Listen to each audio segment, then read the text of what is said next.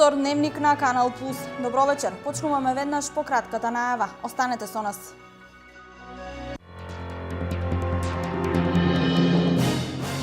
Државниот завод за статистика излезе со податоци на голем пат на невработеноста во државата. Економските експерти велат дека владините мерки и странските инвестиции се најзаслужни за овој позитивен тренд. Во Штипската населба Три чешми денес свечено беа пуштени 5 асфалтирани улици. Јавното предпријатие ИСАР заедно со жителите спроведо работна акција за расчистување на теренот и хортикултурното уредување на населбата. Караванот на требини на ВМРО ДПМН низ целата држава под насловот на Македонија и треба твојата идеја денес е во Делчево и Македонска Каменица.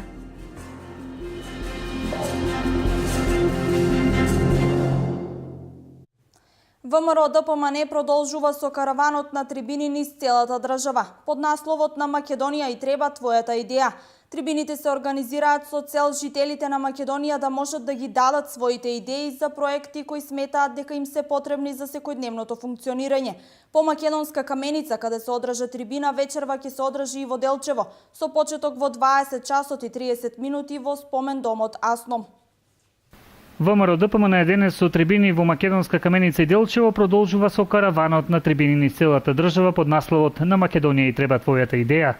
Еден поширок тим од функционери од ВМРО ДПМН во соработка со представниците на општинскиот комитет организираме трибина во Македонска Каменица, каде што сакаме да ги слушнеме идеите на граѓаните кои што дел од нив и на овој штанд навистина во голем број беа дадени. ВМРО ДПМН како одговорна политичка партија, како подготовка за следните избори, сите идеи кои што ќе ги слушне од граѓаните, внимателно ќе ги анализира, оному каде што може тие да бидат пренесени во определено системско решение, ќе биде разгледано и тоа да биде вградено во програмата и едноставно сметаме дека оваа програма ќе постави едно ново рамниште, како и сите досегашни програми, каде што голем дел од идеите на граѓаните ќе бидат вградени и ќе резултира во нешто што ќе значи следна фаза на развој на Република Македонија. Овие трибини се организираат со цел жителите на Македонија да можат да ги дадат своите идеи за проекти кои сметаат дека им се потребни за секојдневното функционирање.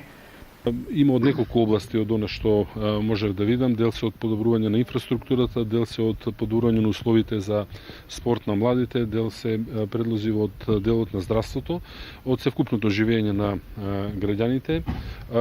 Моја иницијална реакција е дека има тука материјал кој што сигурно ќе биде вграден во новата програма, но ќе повторам, понекогаш граѓаните кога даваат идеја за решавање на нивен индивидуален проблем, може би несвесно ни посочуваат на некоја системска слабост и ние сакаме да погледнеме пошироко што можеме пошироко да поставиме како решавање на некаква ситуација и мислам дека овдека барем од она што го видов имаше неколку такви идеи, така што задоволен сум од она што е во овој временски период собрано, но ги повикувам граѓаните и понатаму своите предлози, своите идеи, доколку и дури ако се однесуваат за некој проблем што се однесува само на нив, да ги предложат до ВМРО ДПМН. Трибината на ВМРО ДПМН вечерва во Делчево е со почеток во 20 часот и 30 минути, а ќе се одржи во салата на спомен домот Асном. Државниот завод за статистика излезе со податоци за голем пат на невработеноста во државата. Економските експерти велат дека владините мерки и странските инвестиции се најзаслужни за овој позитивен тренд. Константниот економски раст кој Македонија го има во последните неколку години е причина за намалување на бројот на невработени. Овде пред се странските инвестиции кои влијаат на зголемувањето на бруто домашниот производ, но и на зголемување на вработувањето, велат економските експерти. Државниот завод за статистика објави дека стапката на невработеност во Македонија во третиот квартал од годината изнесува 25,5%, што е намалување од 1,3% во однос на второто тримесечие. Според статистиката, бројот на вработени е зголемен за 20.415 лица во однос на истиот период лани, кога имало 690.965 вработени. Од вкупно 954.610 лица кои се вбројуваат во активно население, бројот на вработени во третиот квартал годинава изнесува 711.380 лица, а на невработените 243.320. Владините политики за создавање поволен амбиент за странските и домашните инвеститори се предуслов да се намали бројот на невработените. Почнувајќи од 2006 уште кога ги намаливме даноците на рамен данок од 10%, кој што во ефективност во пракса е 7,4%, бидејќи има одредени ослободувања, нели? И со таа даночна стапка Македонија има најниски даноци во Европа. Стапката на ДДВ исто така меѓу најниските, но и другите трошоци за фирмите преку проектот за регулаторна гилотина, преку помошта за фирмите да можат да го откупат земјиштето по поволна цена, некаде со почетна цена од 1 евро по квадрат, градежното неизградено земјиште како во зоните, што е слично. Значи и преку решавање на други прашања од имотно-правна природа, сите тие политики помогнаа да се конечно да се скрши тој мраз, односно тој проблем да почне да поосетно да се чувствува дека се решава. Овие статистички показатели за зголемување на вработеноста на населението се всушност показател дека македонската економија е на добар пат, сметаат експертите, а од владата и во наредниот период најавуваат мерки кои ќе придонесат за раст на економијата. Во Штипската населба Три Чешми денес беа свечено пуштени во употреба 5 асфалтирани улици, а исто така се одржа и работна акција за средување на теренот и хортикултурно уредување на населбата. До сега општината во оваа Штипска населба има инвестирано над 300.000 евра, а за асфалтирање на новите улици од буџетот се потрошени 20.000 евра. Проектите во Три Чешми, една од најстарите населби во Штип, нема да запрат со пуштањето на 5 асфалтирани улици. До сега општината во населбата има инвестирано на 300.000 евра, а за асфалтирање на новите улици од буџетот се потрошени 20.000 евра. Три Чешми ни е во центарот на нашето внимание како локална самоуправа и како локална власт. Сакам да кажам дека тука изработуваме 3 детални урбанистички планови, 2 за индустријски зони и еден кој ќе биде за нови плацеви за градење на куќи. Така да мислам дека како тоа ќе го направиме, населбата ќе се шири, ќе одиме во правецот на аеродромот Сушево и во правецот на Криви дол. Бидејќи во Три Чешми, во околината на Три Чешми ќе се градат 3 големи патишта, тука ќе биде крстосницата која ќе се двои за магистралниот пат, односно автопатот према Кочани, за автопатот према Скопје и за Радовиш. Ќе имаме една обврска со Македонија пат да го решиме конечно и влезот на оваа населба. Јавното предпријатие ИСР заедно со жителите на Три Чешми спроведоа работна акција за расчистување на теренот и хортикултурно уредување на населбата. Овде се нашите екипи од паркови зеленило, од јавна чистота, комунална хигиена, целокупната наша механизација и заедно со граѓаните правиме на акција за средување комплетно на целата населба. Ние до сега редовно одржуваме, меѓутоа денес дадовме поголем акцент на средување на парковите, на средување на улиците, комплетно ги изметовме сите улици, ги скосивме тревните површини уште еднаш и заедно со граѓаните ќе посадиме некаде 30 на дрвца овде во покрај самиот пат и со сето тоа ќе дадеме еден белег на веќе завршените проекти на градоначалникот. Освен во Штип, градежна експанзија и асфалтирање на улици се случува насекаде во земјава. Ќе го паметиме овој период кога се градило и што се прави. Меѓутоа морам да забележиме една работа, а тоа што ни се случува во Скопје во моментов е отпорот на дел од некои граѓани инструирани од Социјалдемократски сојуз за стопирање на градбата на двата факултета, факултетот за физичка култура и факултетот за информатика. Знаете дека владата на Република Македонија сериозно вложува во образованието и тука ни е еден од излезот на македонските граѓани. Меѓутоа јас се верувам дека тие граѓани ќе сватат дека тоа не треба да го прават и ќе направат простор да се почне од градбата на тие факултети. Во оваа населба недостигаат уште спортска сала и детска градинка. Изградбата на овие објекти се од големо значење за жителите и тие се следни проекти кои треба да се реализираат. Во селбо ќе попрашам во иднина, ако може да се направи уште една детска градина, ако ваа влада няма направи, знаете дека само те се направи. Тоа да се направи една градска градинка, другото не фали ништо. Општина Штип наскоро ќе го асфалтира и пристапниот пат до гробиштата во населбата Три Чешми. Вработените во приватниот сектор до крајот на годината треба да добијат регрес за годишен одмор. Популарниот К15 е задолжителен за компаниите кои работат рентабилно, но не е обврска за оние кои прикажуваат загуби во работењето. Обврската на фирмите за исплата на надоместок за годишен одмор или популарната К15 останува и за оваа година. Со последните измени во законот, компаниите кои имаат успех во работењето до 31 декември, на вработените се должни да им исплатат регрес за годишен одмор. Само фирмите кои имаат финансиски проблеми во работењето имаат можност со спогодбен договор висината на надоместокот сами да ја одредат или да не исплатат К15. Значи, измените на општиот колективен договор се многу јасни. Останува врската за исплата на надомест за годишни одмор кај компаниите кои имаат успех во работењето, но се остави една можност за компаниите кои имаат економски потешкоти со спогодба склучена помеѓу работодавачот и синдикатот или представник на вработените, ако немаат синдикална организација, да може да се исплати помал износ, а тоа помал износ не е ограничено минимално колку е. Значи може и да не се исплаќа. Значи оставаме можност со социјален диалог на ниво на работодавач, на најниско ниво и да можности да не се исплаќа К15. Со Гранков колективен договор се дефинираат правилата за фирмите кои не се во можност да исплатат К15. Да речеме во колективниот договор за текстилна индустрија е прецизирано дека ако висината на исплатата на К15 сите вработени изнесува повеќе од 1/3 од добивката по последната завршна сметка или по последната шестомесечје, тогаш работодавачот нема обврска за исплата. Но онаму кај што нема колективни договори и за компаниите кои не важат гранските колективни договори, оставува таа општа дефиниција за економски потешкоти, кои самите социјални партнери треба да ја утврдат. Значи не викаме ние ако има загуба или ако нема загуба, туку под економски потешкоти се подразбира немање доволно работа, нарушен континуитет во производството или блокирана жиросметка. Ние воопшто не прецизираме што значи тоа. Тие самите треба со спогодба да утврдат. Оние работодавци кои немаат финансиски проблеми, а нема да им исплатат на работниците регрес за годишен одмор, се соочуваат со затворска казна од 3 месеци до 3 години.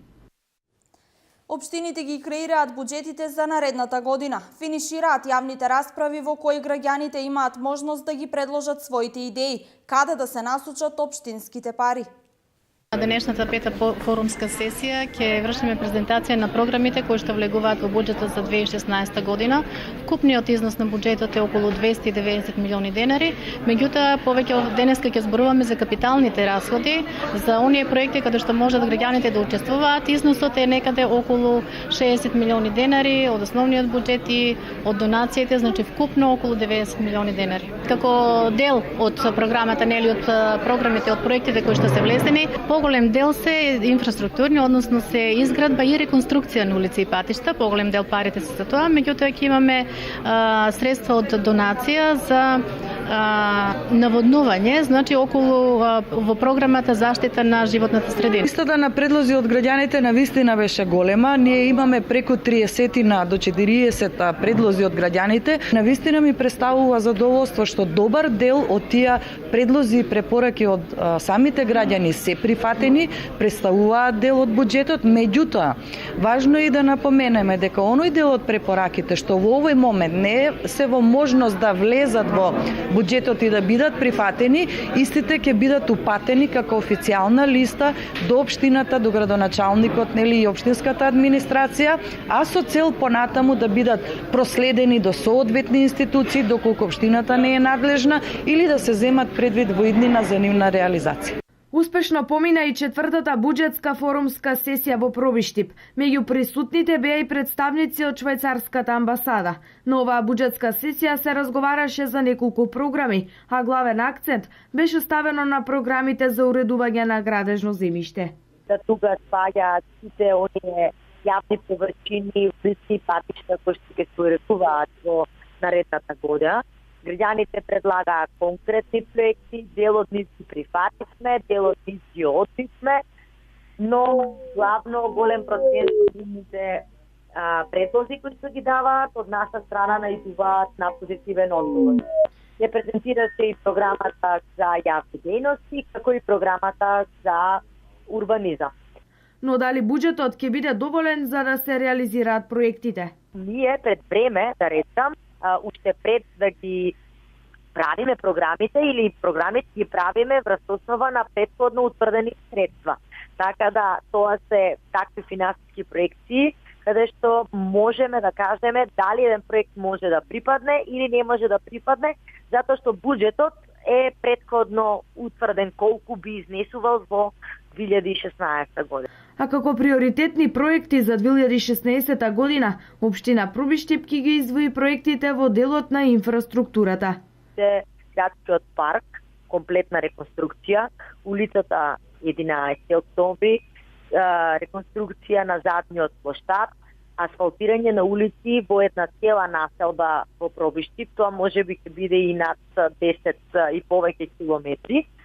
така да генерално нови индустријски зони, дефинитивно, повеќе урбанистички планови, тротоари, јавно осветлување на територија на цела општина Пробиштип, понатаму неколку помали, но не и толку мали инфраструктурни проекти во селските на месни заедници. Крајот на декември ќе се одржи и последната форумска сесија, на која ќе се утврдат предлог проектите, за кои последниот збор ќе го има Советот на општина Пробиштип. Неделава го одбележавме Светскиот ден на човековите права. Една од институциите во државата која постои за заштита на човековите права е институцијата Народен правобранител. Годинава во регионот граѓаните од заменикот Народен правобранител помош барале за грешки во наплатата на радиодифузната такса. Сите луѓе се раѓаат слободни, еднакви по достоинство и права, гласи првиот член од Општата повелба за човекови права. Правата се загарантирани, неотугиви и регулирани со низа меѓународни документи. Денес се одбележува Меѓународниот ден на човековите права. Во Република Македонија постојат повеќе институции кои работат токму на заштитата на човековите права и слободи, а меѓу нив е и Народниот правобранител. Но, колку граѓаните се запознати со неговата работа? Се уште во Република Македонија свеста кај граѓанинот не е на некое ниво каде што би знаел и би можел да бара во секој време заштита на своето право. Меѓутоа, Народниот правобранител како институција во секој поглед гледа што повеќе граѓанинот да биде информиран. Дали преку медиумите, дали преку организирање на тргализни маси. Сметам дека се уште граѓанинот не е информиран за кои права може да се обрати кај Народниот правобранител. Значи, Народниот правобранител нема мандат, нема надлежност, да речеме, да бара отстранување на повреда на право во приватниот сектор. Минатата година граѓаните најмногу се пожалиле на извршителите, а оваа година е карактеристична со 100% изголемување на преставки поднесени по однос на повреда на право, што произлегува од обврската за плаќање на радиодифузна такса. Кога граѓанинот поднесе преставка од областа, мислам, од радиодифузната такса, а со самата преставка достави и конкретно ги достави сите докази, односно дека во неговото семејство се задолжени со решение за плаќање на радиодифузна такса повеќе членови, или има во семејството член кој што е инвалид, кој што е слепо лице, кој што е лице со нарушен слух, кој што согласно законот се иземени од плаќање на радиодифузната такса. Значи, тука ние веднаш констатираме дека има повреда на право. И согласно законот за Народен правобранител, укажуваме на македонската радиотелевизија кои членови на тоа семејство треба да бидат избришани од списокот на обврзници, а кој член на семејството треба и понатаму да остане, бидејќи согласно законот едно семејство, една радиодифузна такса. Универзалната декларација за човекови права е усвоена од Генералното собрание на Обединетите нации на 10 декември 1948 година во Париз. Декларацијата за човекови права се смета за неформален устав кој ги гарантира правата на човекот и ги признава човековите права и слободи кои обезбедуваат рамноправност и гарантираат заштита од насилство, лош третман и казни кои влијаат на човечкото достоинство. Пожарот што избувна во петокот попладне во Македонска Каменица остави без дом едно семејство и целосно го уништи кровот на стамбената зграда. Причината е голема материјална штета и за среќа немаше жртви ниту повредени. Најверојатно краток спој е причина за пожарот. Општината и граѓаните планираат секаков вид помош за семејството кое остана без дом. Градоначалникот на Македонска Каменица најави помош за семејството од чиј стан целосно изгоре во пожар во петокот, откако ќе се изврши процена на штетата, како за семејството кое остана без својот дом, така и за целиот стамбен објект кој остана без кровна конструкција. Општина Македонска Каменица ќе се ангажира во санирањето на штетата и помош на оштетеното семејство. Причина за пожарот според првичните информации е краток спој на телевизорот или на продолжниот кабел. Станарите кои живеат во опожарената зграда од утре најавија хуманитарна акција за помош на оштетеното семејство. Пожарот кој избувна во петокот попладне 4 часа го гасеа противпожарните единици од Делчево, Виница, Кочани и Штип. Причината е поголема материјална штета. Еден стан целосно е опожарен и исто така и кровната конструкција на целата зграда.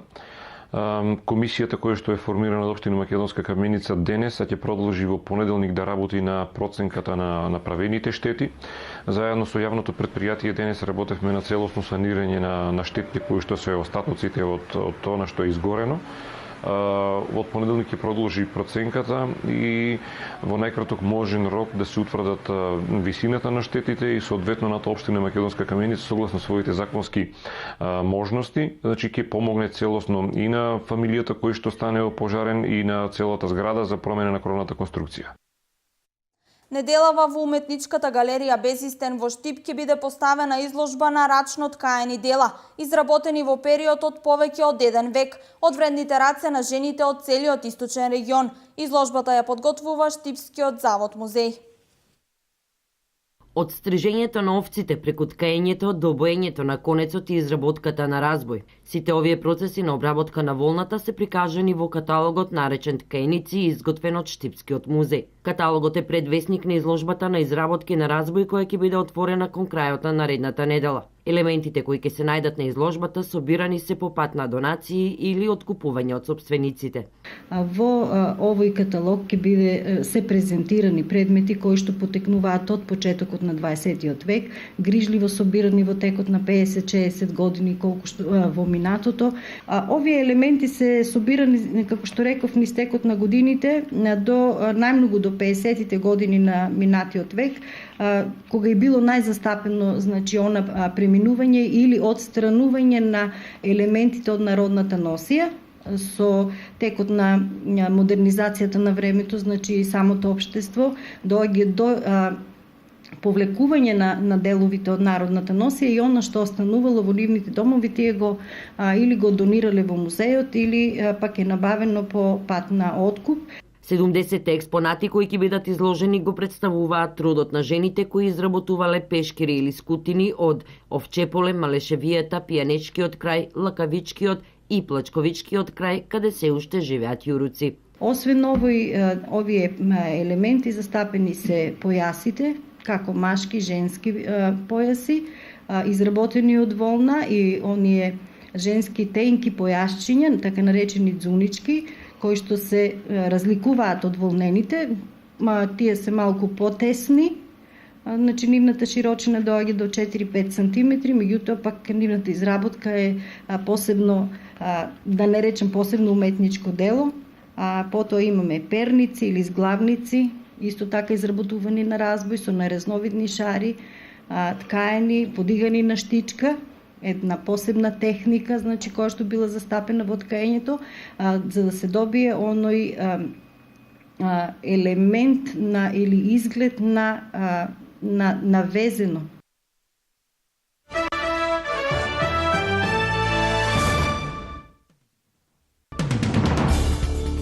Европската унија има потреба од подобрување на работата на Агенцијата за безбедност на границата Frontex за ефикасна заштита на надворешните граници на Европската унија.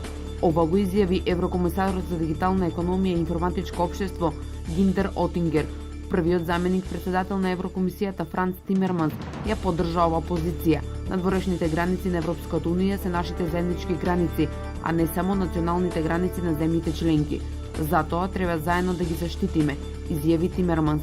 Ако не успееме во заштитата на надворешните граници, ќе пане не само Шенген зоната, ќе пане цела Европа, предвиде тој. Според последните податоци на Меѓународната организација за миграции, оваа година во Европа пристигнале 985.312 бегалци и мигранти во потрага по подобар живот. Најмногу од нив прифатила Грција, над 800.000. Алармот е вклучен во Полска. Популистичката партија Право на правеност, која повторно дојде на власт по 8 години во опозиција, брза да ја промени земјата. Таа го прекрши уставот за да ги смени членовите во Уставниот суд, избран од претходната влада. Постави своји партиски војници на чело на разузнавачките служби, направи чистка во администрацијата и се повлече од врските на Полска во Европската унија. Полска е важна, таа е водечка сила во источна и централна Европа, најголема земја во регионот и засега најголема економија. Таа има голема улога во проширувањето на Европската унија на исток и е доказ дека демократијата и владењето на законите може да се спроведуваат. Незината стабилност, економските успеси и проевропската ориентација ја овозможуваат почит и дипломатско влијание.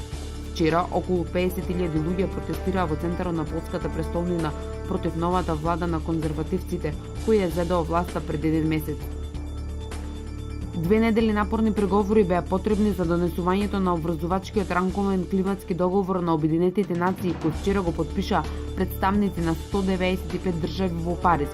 Со овој договор се утврдува како ќе изгледа обемот на емисиите на стакленички гасови и мерките за спречување на климатските промени по 2020 година. Договорот се смета за без преседан по неколку години и успешни преговори.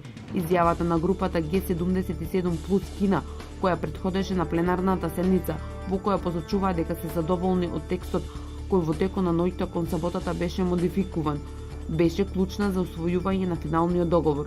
Во договорот се бара нивото на загревање на планетата да се движи значително по 2 степени Целзиусови во однос на прединдустријскиот период, тежнејќи кон 1,5 Целзиусови степени.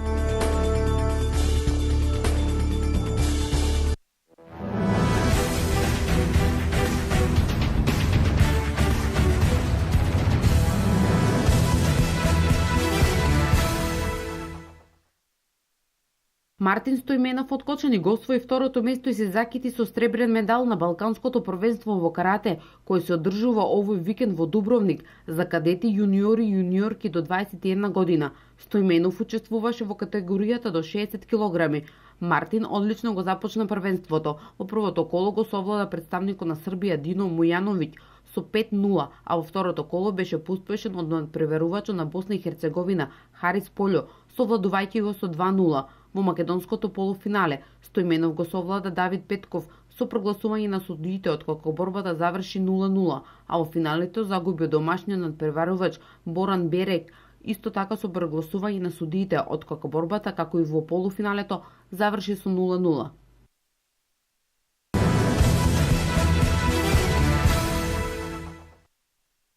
Во рамките на 7-то коло во првата државна одбојкарска лига вчера се одигра надпреварот меѓу екипите на одбојкарскиот клуб од Пробиштип, Весна Акумулатори и лидерот на табелата Струмица. Пробиштипјани на домашен терен загубија со резултат од 3-0, односно по сетови 20-25, 18-25, 22-25. Во моментот од еден од најдобрите одбојкарски клубови во Македонија, екипата на Струмица, кои досега немаат забележано пораз.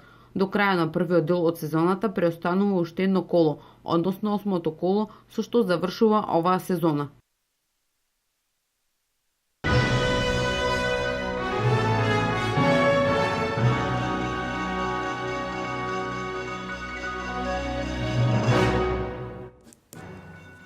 Ова беше се во ова издание на Дневникот. Со нови содржини се гледаме утре. Имајте пријатна вечер.